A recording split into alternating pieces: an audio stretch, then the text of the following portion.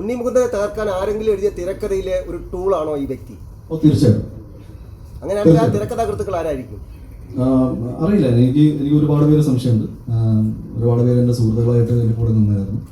അതിൽ പച്ചയ്ക്ക് പല ആൾക്കാർക്കും ഈ വിഷയം, ടോവിനോയുടെ വിഷയം ഫേക്ക് ആണെന്ന് ചോദിച്ചവർ അതേന്ന് പറഞ്ഞു.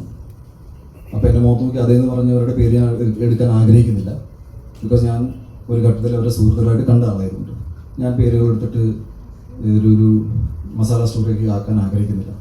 അവർ എൻ്റെ ശത്രുക്കളാണെന്ന് എന്നോട് മുഖത്ത് നോക്കി പറഞ്ഞപ്പോൾ പിന്നെ അത് അങ്ങനെ എടുക്കാം. പക്ഷെ സത്യം ഇതാണ്.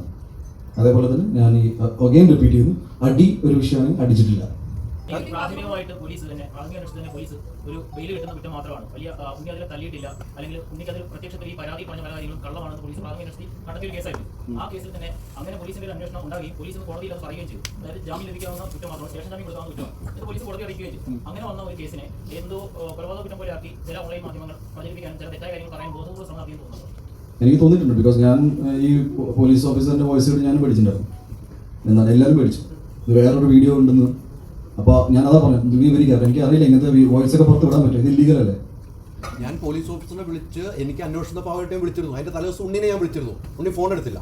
ഇത് ഉണ്ണി ഫേസ്ബുക്കിൽ കുറിച്ചപ്പോൾ തന്നെ ഞാൻ വിളിച്ചിരുന്നു. ഇങ്ങനെ വോയിസ് ലീക്ക് ചെയ്യുന്ന നോക്കിയാണോ? നമ്മൾ അന്വേഷണ നമുക്ക് കൊടുക്കും, കുഴപ്പമില്ല.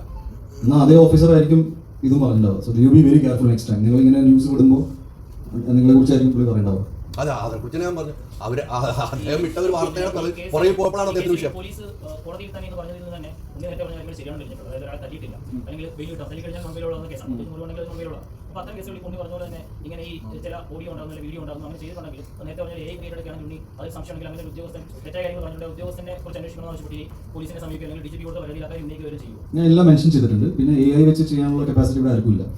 നമ്മളും AI-യുടെ എന്താ പറയുക, അപ്പോൾ അത്രയുള്ള കപ്പാസിറ്റി ഒന്നുമില്ല. ഞാൻ ഒരു ഫോണിൽ പറഞ്ഞതേ ഉള്ളൂ. ഐ ഡോണ്ട് തിങ്ക്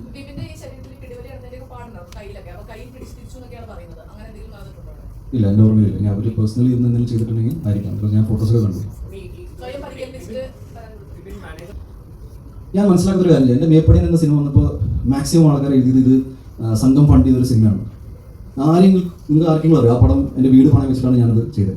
ഇത് ഞാൻ ഒരിക്കലും പറയാത്തതെന്ന് വെച്ചാൽ സാധാരണ എന്നെ ഗൺ പോയിന്റിൽ വെച്ചിട്ടല്ല ആരും ഇവിടെ സിനിമ എടുക്കാൻ പറയുന്നത്. എൻ്റെ ആഗ്രഹമാണ്. ഞാൻ എൻ്റെ അച്ഛനോട് അമ്മോട് ചോദിച്ചു, ഞാൻ വീട് പണയം വെച്ചോളൂ എന്ന് പറഞ്ഞു. ഞാൻ ആ പൈസ കൊണ്ടിട്ടാണ് ഈ സിനിമ ഉണ്ടാക്കിയത്. സിനിമയിൽ ആകെ ഒരു പാസിംഗ് സേവാഭാരതിയുടെ ഒരു ആംബുലൻസ് പോയപ്പോൾ SDPIയുടെ ആംബുലൻസിൽ എത്ര സിനിമകളുണ്ട് ഞാൻ പറയുന്നത്. Just example. ഞാൻ ഈ സേവാഭാരതി SDPIയിൽ കൊണ്ടുപോകണ്ട, ഞാൻ പറഞ്ഞു വരികയാണ്. രണ്ടാമത്തെ അവിടെ ഷഫീഖിൻ്റെ സന്ദർശനം ചെയ്തപ്പോൾ പിന്നെയും അവൻ എന്നാൽ പിന്നെ മുസ്ലിം ഫാമിലീസിനെ കയ്യിലെടുക്കാൻ സിനിമ എടുക്കാൻ.